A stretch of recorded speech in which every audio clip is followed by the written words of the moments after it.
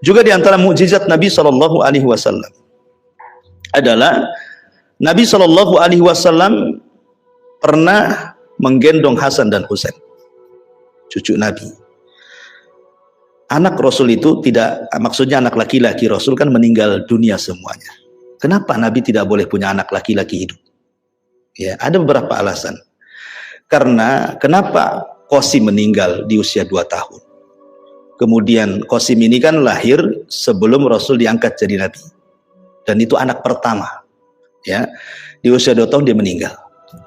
Kemudian setelah meninggal, Rasul langsung punya 4 anak sekaligus, semua perempuan, berturut-turut. Ya, Zainab lahir, habis itu Ruqayyah lahir, Ummu Kulsum lahir, Fatimah lahir. Nah, kemudian habis itu punya anak laki-laki lagi setelah diutus jadi Nabi. Namanya Abdullah. Makanya oleh Rasul kemudian dijuluki At-Tayyib atau At-Tahir. Ya, orang baik karena diutus setelah jadi Nabi kan. Tapi sayang, belum genap 2 tahun disusui, meninggal. Sedih Khadijah. Sebab itulah kemudian Rasul sedih, makanya kemudian Khadijah mengambil anak angkat namanya Zaid ibn Harithah untuk mengobati Rasul juga kan. Karena anak laki-lakinya meninggal semua, maka dicarikan budak namanya Zaid ibn Harithah, diangkatlah jadi anak angkat sebagai ganti daripada putra-putra beliau yang meninggal gitu ya. Kemudian di akhir hidup Rasul, Allah takdirkan punya anak lagi, tapi bukan dari Khadijah. Khadijah sudah meninggal kan itu ya. Ini kan sudah hijrah dan itu di akhir-akhir kehidupan beliau dari Maria budaknya yang dihadiahi oleh Muqawqis Raja Mesir kepada Nabi namanya Maria Qibtiyah. Digauli Rasul punya anak namanya Ibrahim. Baru setahun 6 bulan meninggal juga Ibrahim. Pertanyaannya, kenapa anak-anak laki-laki Nabi harus meninggal semua? Kata para ulama, sebab kebiasaan para Nabi itu, kalau punya anak hidup sampai besar pasti akan mewarisi para jadi nabi. Pasti jadi pewaris nabi. Ibrahim punya anak Ishak jadi nabi. Punya anak Ismail jadi nabi. Ishak punya anak Ayub jadi nabi. Ayub punya anak Yusuf jadi nabi. Kan itu ya. Zakaria punya anak Yahya jadi nabi. Nabi Daud punya anak Sulaiman jadi nabi. Seandainya anak Rasul hidup sampai dewasa jadi nabi, sementara tidak ada nabi setelah nabi. Rasul yang mengatakan la nabiyya ba'di, tidak ada nabi sepeninggal. Dan Allah mengatakan khataman nabiyyin, penutup para nabi. Kalau nabi sudah ditutup Rasul, berarti tidak akan diwarisi. Makanya tidak ada yang hidup anak-anaknya. Karena kenabian itu dari jalur laki-laki. Ya, Hasan dan Husain ini dari jalur perempuan kan, Fatimah. Makanya tidak jadi nabi. Karena kenabian itu dari jalur laki-laki semuanya. Makanya kemudian Hasan dan Husain ya tidak jadi nabi, ya cucu nabi saja. Kemudian alasan yang kedua, kata para ulama, kalau seandainya anak nabi ada yang sampai dewasa gitu ya, maka akan terjadi pengkultusan. Ya kan? Sekarang aja keturunan nabi banyak yang dikultuskan, ya kan? Habaib-habaib itu ya. Ya kadang-kadang terlalu orang mengkultuskan gitu ya. Padahal yang membedakan orang dan kemuliaan itu adalah takwa. Takwa seseorang kepada Allah Azza wa Jalla. Lah, Rasul itu pernah menggendong Hasan dan Husain. Kemudian Hasan dan Husain ini salah satu dari 2 cucuku ini, kata Rasul, akan ada yang mendamaikan kekuatan kaum muslimin yang sedang berhadapan-hadapan dan siap bunuh-bunuhan katanya. Rupanya betul. Di saat Khalifah Abu Bakar sudah nggak ada, Umar sudah nggak ada, Utsman meninggal, di sini mulai cekcok. Ada fitnah perang antar kaum muslimin. Kubu Muawiyah dan kubu Ali. Ketika Ali meninggal, tahtanya jatuh ke tangan Hasan. Hasan lebih banyak dukungannya dibandingkan bapaknya. Kalau dia mau menyerang Muawiyah menang. Tetapi Hasan tidak mau. Dia ingin berdamai. Dia serahkan kekuasaannya kepada Muawiyah. Dia tidak menjadi khalifah. Hanya 6 bulan saja dia mimpin. Dan ketika itu disebut Amul Jamaah. Dan betullah sabda Nabi, di antara 2 cucuku ada yang mendamaikan. Kalau Hasan ketika itu terhasut, tidak boleh menyerahkan, perang tuh. Bisa bunuh-bunuhan tuh. Hasan udah banyak orang-orang Kufah dukung kan dibandingkan di masa itu. Tetapi Hasan tidak mau, sudah tahu ini akan banyak korban. Sudahlah, akhirnya persis seperti sabda Rasul, khilafah kenabian itu 30 tahun. Ditutup dengan 6 bulan, kekhilafan Hasan genap 30 tahun. Setelah itu tidak ada khilafah nubuah, yang ada mulkun wa rahmah. Kerajaan tetapi diliputi rahmat. Nah, raja pertama inilah Muawiyah bin Abi Sufyan. Sampai kapan? Sampai tumbangnya, sampai Mulkun Warahmah itu, sampai mulai dari Muawiyah bin Abi Sufyan sampai runtuhnya Turki Utsmani. Itu masih khilafah, masih berdasarkan hukum Islam, walaupun banyak kezaliman tetapi masih menerapkan hukum Islam, ya kan? Baru setelah khilafahnya Utsman baru sudah kekuasaannya sudah banyak kezaliman, diktator dan begitu seterusnya, dan nanti di akhir zaman lah khilafah nubuah itu akan muncul ketika munculnya Imam Mahdi. Tapi yang jelas bahwa di sini Rasul mengatakan kepada dua cucunya ini menjadi sebuah kenyataan, dan ini mujizat. Ya, mujizat yang Allah Subhanahu wa taala berikan kepada Nabi sallallahu alaihi wasallam. Kemudian juga Rasul memprediksi dengan wahyu tentunya kematian Utsman. Ya, Utsman bin Affan itu kan sudah diprediksi sama Nabi. Ketika Abu Bakar masuk, kata Rasul, habarkan kepada Abu Bakar, dia di sorga. Umar masuk, kata Rasul, habarkan kepada Umar, dia di sorga. Utsman masuk, kata Rasul, habarkan dia di sorga, tetapi ada tetapinya. Fa'abshirhu bil jannah ala balwa tusibuh, kata Rasul. Kabar gembirakan kepada Utsman, dia akan masuk sorga, tapi dia akan mendapatkan masalah besar, kata Rasul gitu ya. Akan dapat musibah besar dia. Ya. Dan Allah sudah memberikan baju kekhilafahan, kalau ada yang merebut, jangan kau lepaskan, kata Rasul. Kan betul. Ketika itu datang orang-orang Sabaiyah, meminta agar Utsman turun atau mati. Tapi dia teringat dengan sabda Rasul, engkau akan diberikan baju kekhilafan, kalau ada yang mencabut, jangan kau lepas. Walaupun sampai mati. Akhirnya meninggal Utsman karena mempertahankan selaku pemimpin. Dan itu kebijakan Utsman. Seandainya Utsman bin Affan ketika itu melepas kepemimpinan, maka kepemimpinan akan menjadi mainan. Asik setiap ada orang meminta turun-turun, kan ribut sebuah negara kalau seperti ini. Ya kan? Tapi Utsman tidak, dan itu kaidah ahli sunnah gitu ya. Seperti itu. Mempertahankan pemerintahan gitu ya. Kemudian di antara mukjizat Nabi SAW juga adalah Nabi SAW menghabarkan tentang kematian Ammar bin Yasir. Ammar bin Yasir. Jadi ketika Rasul sampai di Madinah sedang membuat Masjid Nabawi, kan gotong royong itu ya, ngangkat batu satu. Lah Ammar bin Yasir ini bukan satu batu yang diangkat. Kalau orang itu satu batu, dia 3 batu dia diangkat. Karena kuat Ammar itu fisiknya, Ammar bin Yasir itu. Maka Rasul mengatakan kepada Ammar bin Yasir, ya Ammar, dipujinya habis, tapi di ujung-ujungnya Rasul mengatakan, sataqtulu kafiatun bagi, hei Ammar, nanti ku akan dibunuh para pemberontak, katanya kan itu.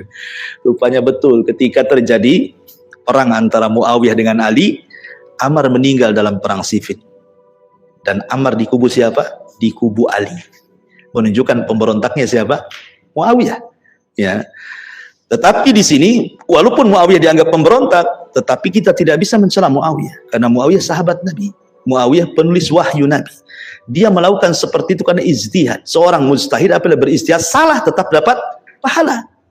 Ya, kalau kita betul saja salah, apalagi salah kan gitu ya. Karena kita bukan seorang mujtahid. Ya, jangan coba-coba berijtihad. Ya. Kemudian juga Nabi SAW menghabarkan tentang Handalah. Handalah itu yang meninggal dalam perang belum mandi junub. Jadi habis menggauli istrinya, tiba-tiba datang panggilan jihad. Ya khailallah irkabu, hei kuda-kuda Allah, bersiaplah perang. Belum sempat mandi junub, udah baris. Akhirnya mati dalam peperangan, mati syahid. Kata Rasul, Handalah ghasilul malaika. Dia jasadnya sedang dimandi besarkan para malaikat. Maka disebut ghasilul malaika. Luar biasa. Dan itu mukjizat Rasul, mampu menghabarkan perkara-perkara yang gaib. Kemudian juga di antara mukjizat Nabi SAW adalah tentang kisah Khabbab bin Arat. Khabbab ibn Arat. Jadi Khabbab bin Arat itu kan dibeli oleh tuannya karena dia seorang pandai besi. Tuannya itu punya bengkel pembuatan senjata. Akhirnya nyari budak, dapatlah Khabbab di pasar Ukat itu. Karena dilihatnya Khabbab ini orangnya kebal, kekar gitu ya, bisalah untuk bekerja di pandai besi gitu. Dibeli ya. Jadi ketika dia jadi pandai besi, bekerja kepada tuannya, Allah takdirkan Khabbab ini tertarik masuk Islam. Ketahuan sama tuannya, setiap hari disiksa dengan cara apa? Dibakarkan besi, kemudian disundut semua badannya, tidak ada satupun badan tersisa kecuali ada sundutan besi itu. Khabbab bin Arat. Akhirnya nggak tahan karena hari-hari disundut besi, kayak kita disundut rokok gitu ya, kan panas sekali. Hari-hari seperti itu, siapa yang tahan? Akhirnya dia datang kepada Rasulullah. Rasul sedang bersandar di kiswah Ka'bah. Kemudian dia mengatakan, ya Rasulullah, ala taranana, tidak kau iba melihat kami? Kata Nabi SAW, ada apa wahai Khabbab? Maka Khabbab mengatakan, ya Rasulullah, ala tad'u lana, ala tastaghfir lana. Rasul berdoalah kepada Allah agar Allah menyegerakan kemenangan bagi kita. Saya sudah lelah, sudah capek seperti ini. Tapi Rasul mengatakan, ya Khabbab, diingatkan tentang umat dulu, kata Rasul. Dulu loh ada orang dikubur hidup-hidup. Mereka tidak meninggalkan keimanan. Ada yang digergaji badannya jadi dua seperti Ashabul Ukhdud itu, kisah Ashabul Ukhdud itu kan. Tidak meninggalkan agamanya. Ada disisir dengan sihir besi sampai tulang dengan dagingnya terpisah pun mereka kokoh dengan keimanan mereka. Ya Khabbab, kau tergesa-gesa, nanti loh akan ada kemenangan. Sampai orang berjalan dari Son'a ke Hadral Maut tidak takut kecuali kepada Allah. Ya, sampai diucapkan seperti itu. Dan betul menjadi sebuah kenyataan. Hadral Maut, Son'a itu kan kinayah daripada negeri Yaman. Negeri Yaman semua masuk Islam. Ya. Dan itu menunjukkan bahwa mukjizat Nabi SAW, kemenangan itu sudah terjadi, bukan hanya di Yaman saja, sampai ke Syam Islam itu menyebar sampai ke sini. Bahkan Rasul pernah diperlihatkan ujung timur, ujung barat, selatan dan utara kan. Dan itu menunjukkan bahwa Islam akan sampai ke ujung-ujung itu. Dan sekarang sudah menjadi kenyataan di semua benua ada Islam sampai ke sini Islam, ya kan. Kemudian juga di antara jam berapa ini? 10 menit lagi lah, ya kan. Saya pun sila ini lama-lama pegal juga. Iya, baru sembuh asam urat masalahnya. Baik, kemudian juga di antara mukjizat Nabi SAW, Rasul itu pernah mengatakan kepada sahabat tentang lalat, ya kan. Rasul mengatakan apa? Idza dakhalat dubabu fi ina'i ahadikum, apabila seekor lalat masuk nyemplung di sini nih, di minuman salah seorang di antara kalian, kata Rasul, falyagmisu, celupkan dalam-dalam, ambil, buang, minum. Nah, kata Rasul gitu ya. Kalau mau diminum maksudnya nggak ada air lagi. Kalau nggak suka ya dibuang saja. Artinya kalau nggak ada air lagi, cuman itu saja, tiba-tiba ada lalat dan kita masih butuh dengan air itu, jangan langsung dibuang, celupkan dulu, kata Rasul. Kenapa? Karena di satu sayap terdapat penyakit dan di satunya ada penawarnya. Sebagian orang meneliti, pihak kedokteran, ahli-ahli kesehatan, dan terbongkar memang betul-betul ada. Jadi penawar racun lalat itu ada di situ juga. Ya memang Allah itu terkadang maha adil kan. Terkadang kita makan durian rupanya obatnya di kulit durian kan itu ya. Orang kepatu ular juga obatnya dari bisa ular. Orang kena corona rupanya vaksin pun dari corona kan itu ya. Jadi memang nggak jauh-jauh dari situ obat itu. Ya, diteliti dan itu mukjizat tadi. Ya. Kemudian ketika Nabi SAW bicara tentang jumlah persendian manusia, zaman dulu mana meneliti persendian berapa jumlah sampai sejumlah-jumlahnya, sedetil-detilnya Rasul tahu. Siapa yang ngasih tahu? Ya Allah lah kan itu. Dalam sebuah hadis Nabi SAW mengatakan, innahu khalaqa kulla insanin min bani Adam ala sittina wa thalathumiyati mifsal. Sesungguhnya Allah menciptakan manusia itu dari bani Adam, jumlah persendian itu 360 sendi. Dan setelah diteliti oleh pakar kesehatan memang ada 360 persendian manusia itu. Ya, menjadi sebuah kenyataan gitu ya, diteliti memang segitu jumlahnya. Ya. Kemudian juga ketika Rasul menceritakan tentang proses manusia kan, kehamilan kan, janin yang 40 segumpal sperma, 40 berikutnya segumpal darah, 40 berikutnya segumpal daging, sampai ditiupkan ruh dan begitu seterusnya. Itu semua adalah mukjizat dari Allah Subhanahu wa taala, menunjukkan bahwa ini salah satu mukjizat yang luar biasa. Jadi secara kesimpulan begini saja. Jadi mukjizat Rasul itu tentu yang paling besar Al-Qur'an. Kalau kita bicara tentang ijazul Quran, luar biasa. Ya, Quran itu ditinjau dari aspek sejarah, aspek sains, aspek macam-macam ya. Itu sudah dibuktikan kebenarannya. Al-Quran itu. Karena itu memang mukjizat luar biasa. Orang Arab saja yang fasih bahasa Arabnya tidak bisa mendatangkan satu ayat atau satu surat. Karena luar biasa ilmu bahasanya itu. Ya, banyak orang-orang mendengar Quran itu gara-gara mendengar Islam gara-gara mendengar Quran. Seperti contohnya Umar bin Khattab. Orang kan banyak menceritakan Umar itu kalau masuk Islamnya Umar itu ketika dia mau membunuh Nabi, ya kan? Kemudian dihadang oleh seorang sahabat yang menyembunyikan keislamannya. Kemudian ditanya, Umar, kau mau pergi kemana? Kata Umar, membunuh si Muhammad itu. Kata orang ini mengatakan, maukah ku habarkan ada perkara lebih besar daripada kau datang ke rumah dari Arqam? Kenapa? Adikmu masuk Islam, katanya kan? Fatimah. Datang dia. Rupanya Fatimah dengan Sa'id bin Zaid sedang membaca Quran dengan Khabbab. Akhirnya Umar mendobrak rumahnya, dipukulnya Fatimah. Dia menyesal karena sudah memukul adiknya, kemudian suruh mandi, baca Quran, masuk Islam. Ini riwayat lemah ini. Riwayat ini secara matan dan sanad itu lemah. Kenapa? Gak masuk di akal. Masa Umar suruh mandi? Dia masih kafir. Apa manfaat mandinya? Ya. Orang kafir suruh mandi. Gak ada manfaat mandinya. Ya. Kemudian juga nggak mungkin Umar sudah memukul Fatimah sampai berdarah-darah, tiba-tiba suruh mandi lagi emosi. Masa Umar mau kayak gitu kan gitu. Jadi para ulama mengatakan secara sanad dan matan itu lemah riwayat seperti ini. Lalu kisah yang sahih tentang masuk Islamnya Umar itu apa? Riwayat Imam Mujahid, dan ini riwayat yang paling dengan dalil. Jadi sebab Umar masuk Islam itu karena Umar itu suatu ketika sedang tawaf di Ka'bah. Rasul sedang sholat. Ya. Kemudian Rasulullah SAW membaca suratul Qaf di situ ya. Kemudian setelah Rasul membaca surah Qaf bahwa Quran itu bukan sihir, Quran itu dan yang membacanya Rasul itu bukan majnun, bukan orang gila. Banyaklah di surah Qaf itu intinya. Lah ketika setelah mendengar surah Qaf itulah Umar tersentuh. Dengan sebab mendengar surah Qaf itulah Umar masuk Islam. Dan banyak sahabat yang gara-gara mendengar Quran masuk Islam. Contohnya Zubair bin Mut'im.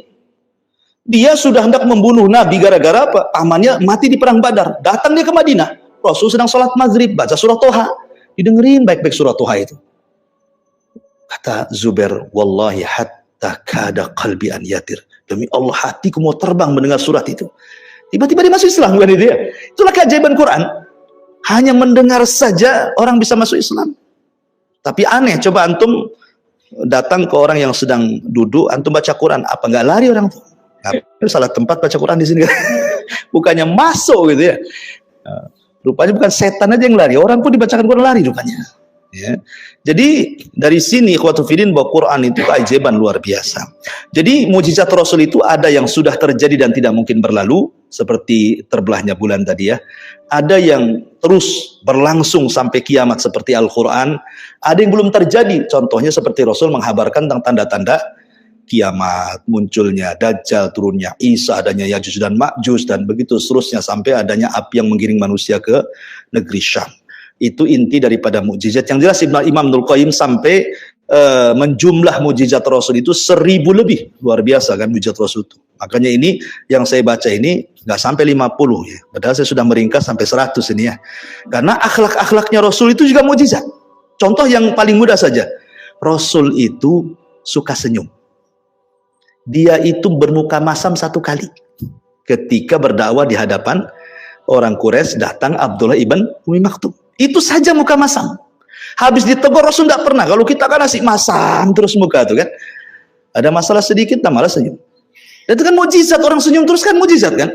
Atau contoh nih, Rasul tidak pernah mencela makanan. Itu kan mukjizat tuh. Kita ini kalau 1 hari nggak mencela makanan kayaknya nggak sah tuh. Beli bakso di sini, cemana? Kayak tak pandai masak orang ini kan gitu ya. Mudah kali kita ngomong seperti itu kan. Coba 1 hari nggak mencela, apalagi istri antum kan itu. Gak usah sini lagi bang, enak gitu ya. Mesti tuh ngomong kayak gitu. Nah ini kan mujizat, orang nggak pernah mencela masakan, mencela makan dulu. Rasul kalau suka dimakan, kalau nggak ditinggal. Dan sikap seperti itu nggak bisa kecuali Nabi. Ya, sampai ke akhlak-akhlaknya jadi mujizat Rasul.